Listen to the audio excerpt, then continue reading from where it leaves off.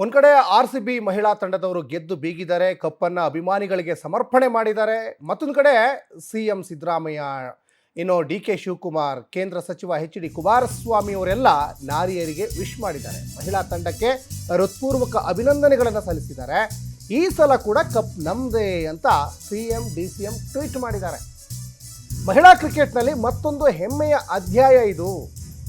ಈ ಸಲ ಕಪ್ ನಮ್ದು ಅಂತ HD ಕುಮಾರಸ್ವಾಮಿ ಅವರು ಕೂಡ ಸಂಭ್ರಮಿಸಿದ್ರು. ಯಾಕಂದರೆ ಈ RCB ಕಳೆದ 17 ವರ್ಷದಿಂದನೂ ಕಪ್ ಗೆದ್ದಿರಲಿಲ್ಲ. 18ನೇ ಅವಧಿ ಗೆಲ್ತಲ್ಲ, ಆವಾಗಿಂದನೂ ಕೂಡ ಸಾಕಷ್ಟು ಕ್ರೇಜ್ ಶುರುವಾಗಿತ್ತು ಅಭಿಮಾನಿಗಳಲ್ಲಿ. ಈ ಸಲ ಕಪ್ ನಮ್ಮದೇ, ಈ ಸಲ ಕಪ್ ನಮ್ಮದೇ ಅಂತ.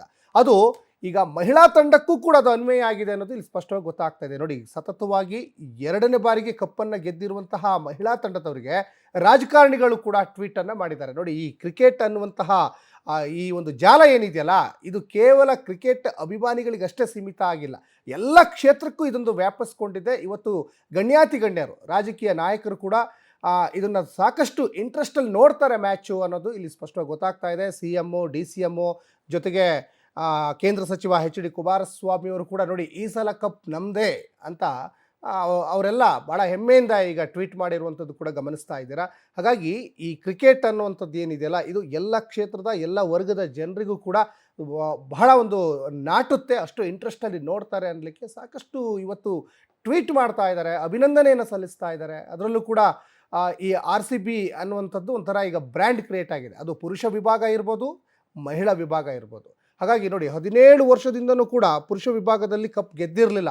ಪ್ರತಿ ಸಲನೂ ಅವರಿಗೆ ಎನ್ಕರೇಜ್ ಕೊಟ್ಕೊಂಡೇ ಬರ್ತಾ ಇದ್ರು ಅಭಿಮಾನಿಗಳು. 18ನೇ ಸಲ ಗೆಲ್ತದೆ. ಈಗ ಮಹಿಳಾ ತಂಡದಲ್ಲೂ ಕೂಡ ಅಷ್ಟೇ.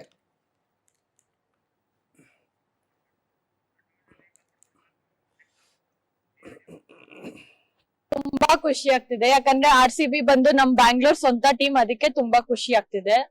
ಎಲ್ಲ ವೆಲ್ ಪ್ಲೇ ಮಾಡಿದ್ರು. ಸ್ಮೃತಿನು 87 ಸ್ಕೋರ್ ಮಾಡಿ ಆರೆಂಜ್ ಕ್ಯಾಪ್ ತಗೊಂಡು, ಅದಕ್ಕೆ ತುಂಬಾ ಖುಷಿ ಆಗ್ತಿದೆ. ಆಲ್ರೆಡಿ ಜರ್ಸಿ ಮೇಲೆ ಇವಾಗ ನಮ್ಗೆ 3 ಸ್ಟಾರ್ ಇದೆ.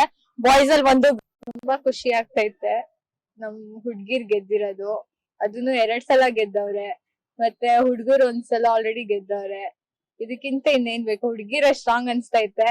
ಹುಡ್ಗರು ಇನ್ನ ಟ್ರೈ ಮಾಡ್ಬೇಕು ಹುಡ್ಗಿರ್ನ ಬೀಟ್ ಮಾಡೋದಿಕ್ಕೆ. ನೋಡೋಣ ಈ ಟೈಮ್ ಹುಡ್ಗರು ಹೆಂಗ್ ಆಡ್ತಾರೋ ಅಂತ. ತುಂಬಾ ಖುಷಿ ಆಗ್ತೈತೆ.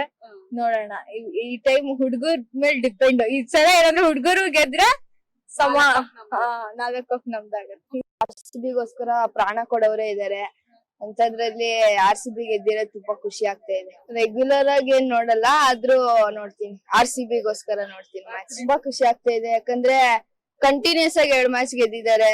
ಅದು ಖುಷಿ ಆಗ್ತಾ ಇದೆ, ತುಂಬಾ ಆಗ್ತಾ ಇದೆ. ಅದ್ ಹೆಂಗ್ ಹೇಳ್ಕೊಳಕ್ ಆಗುತ್ತೆ ಎಷ್ಟ್ ಖುಷಿ ಆಗ್ತಾ ಇದೆ ಅಂತ. RCBಗೋಸ್ಕರ ಪ್ರಾಣ ಕೊಡೋರೇ ಇದಾರೆ ಅಂತದ್ರಲ್ಲಿ RCB ಗೆದ್ದಿರೋದು ತುಂಬಾ ಖುಷಿ ಆಗ್ತಾ ಇದೆ. ರೆಗ್ಯುಲರ್ ಆಗಿ ಏನ್ ನೋಡಲ್ಲ, ಆದ್ರೂ ನೋಡ್ತೀನಿ. RCBಗೋಸ್ಕರ ನೋಡ್ತೀನಿ ಮ್ಯಾಚ್. ತುಂಬಾ ಖುಷಿ ಆಗ್ತಾ ಇದೆ, ಯಾಕಂದ್ರೆ ಒಂದು ಕಡೆ RCB ಮಹಿಳಾ ತಂಡ 2ನೇ ಬಾರಿಗೆ ಕಪ್ಪನ್ನು ಮುಡಿಗೇರಿಸಿಕೊಂಡಿದೆ. ಸಾಕಷ್ಟು ಅವರ ಅಭಿಮಾನಿಗಳು ಹರ್ಷೋದ್ಗಾರವನ್ನು ವ್ಯಕ್ತಪಡಿಸ್ತಾ ಇದ್ದಾರೆ. ಜೊತೆಗೆ ಹೆಣ್ಮಕ್ಳೇ ಸ್ಟ್ರಾಂಗ್ ಗುರು ಅನ್ನುವಂತಹ ಮಾತುಗಳು ಕೂಡ ಈ ಕ್ರಿಕೆಟ್ ಅಭಿಮಾನಿಗಳ ಬಾಯಲ್ಲಿ ಕೇಳಿ ಬರ್ತಾ ಇದೆ.